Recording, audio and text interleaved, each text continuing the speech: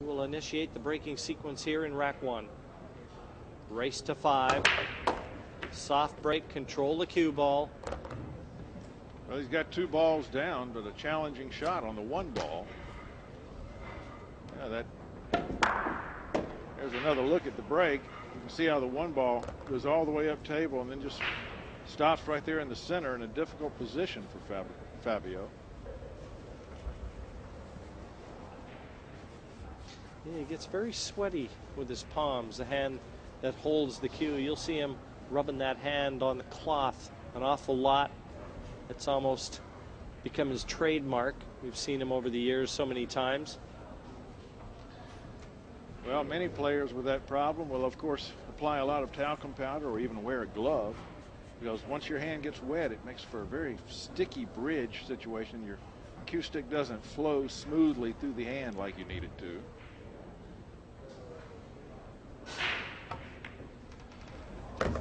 Nice cut shot to open events here. He's going to need another one. Sure is. This 3 passes the 7 into the corner, a very thin slice, and you've got to feel that it does. Otherwise, where was the value in taking the 1 on? I'm sure it does pass. I'm not sure he has the whole pocket to work with. The 7 may be taking a section of it.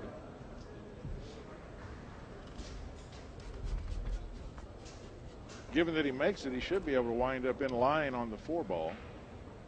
He does have to make sure he avoids the scratch in the side pocket as he comes back across.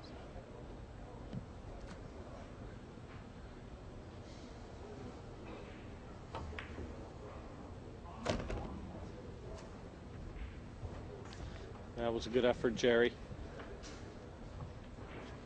Well, now he's in a position where he should be able to make things happen for himself.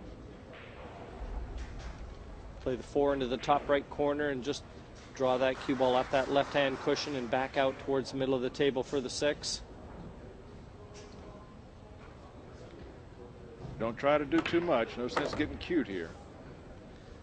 Very important to start things out on a positive note, and with the first break, if he can secure these last 4 colors, he keeps the pressure on Ronnie, and that's all he can do in the alternating break format. You know, Ronnie's always a good player, very steady, but he's also capable of catching a very, very high gear where he's really an amazing player.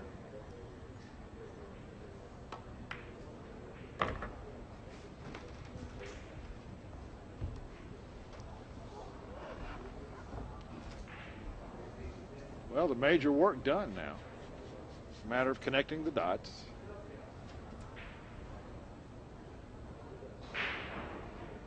Major task is to avoid running into the 9. He keeps that clear.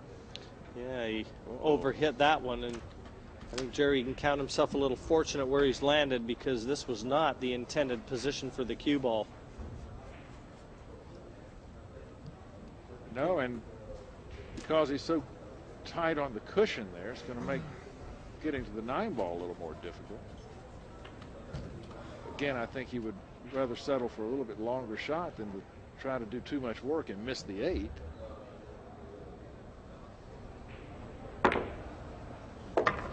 Well, the miss was never in there.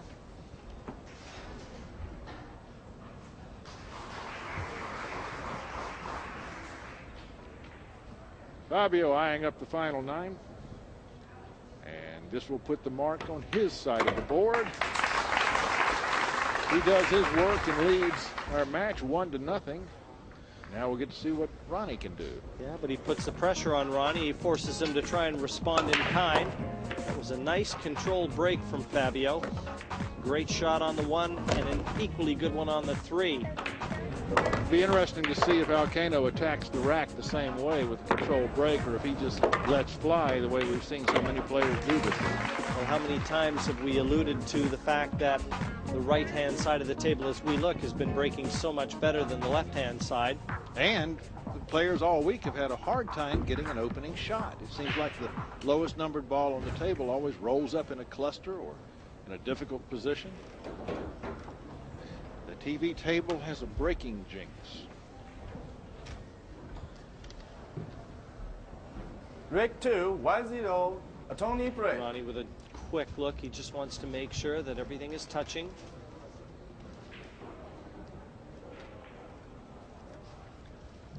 Now over to the successful side of the table from what we've seen. Well, you know, you can see a mark on that side of the table where everyone's breaking from. It's telegraphing to all the incoming players where they should be putting the cue ball. Watch the green 6 ball. If things go according to plan, it'll be deposited in the lower right corner pocket. There it goes. 1 ball also went away, however, and that's the ball he was playing position on. Well, he's got a chance at the 2. It's a tough one. We see the break again. He can hit him a lot harder than that. These players are really concentrating on controlling that cue ball and keeping it near the middle of the table. You know, he's going to take note that he drew that cue ball back too far. He'll try to make an adjustment on that for his next break. This is not only a tough shot, but he's also got to worry about the 8 ball winding up as a blocker on his next shot on the 3 ball.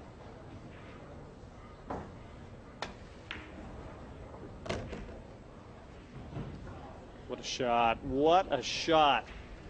Boy, if that doesn't establish some confidence, nothing will. That's playing it close to the vest. Difficult shot on the 2, and the positional aspects equally tough, and he passed them with flying colors.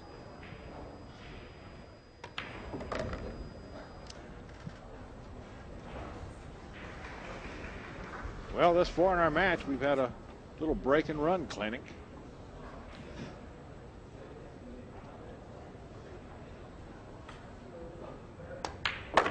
If this continues, that tight lag will prove pivotal. And I almost said that correctly.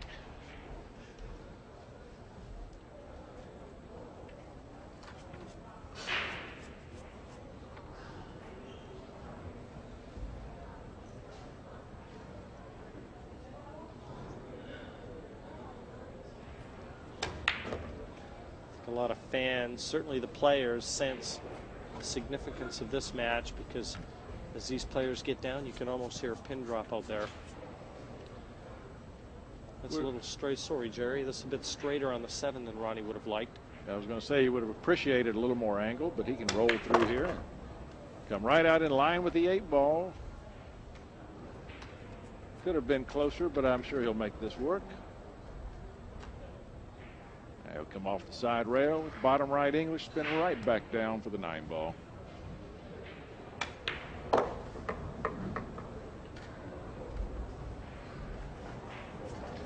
Both these fellows have the cue ball on a string, Jim. Very high level so far. Mistakes of any kind have been at a premium. 2 breaks and runouts. And the baton will be passed back over to Fabio Petroni after Alcano pockets that 9. Whoa, he really came close to that side pocket there. Twice 5-1 both matches to Loat and Yang. It's allowed Steve Davis the chance to qualify on Judgment Day with just 3 wins. If Davis beats Loat, it's simple. He will qualify in the last 64 of the competition. Lots of pressure. Jim White, Jerry Forsyth, our commentators taking you through Alcano against Petroni.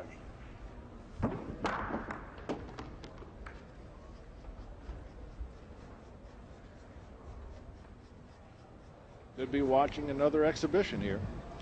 Yeah, perfect break speed. I think both Ronnie and Fabio have found the golden spot in terms of success on the break.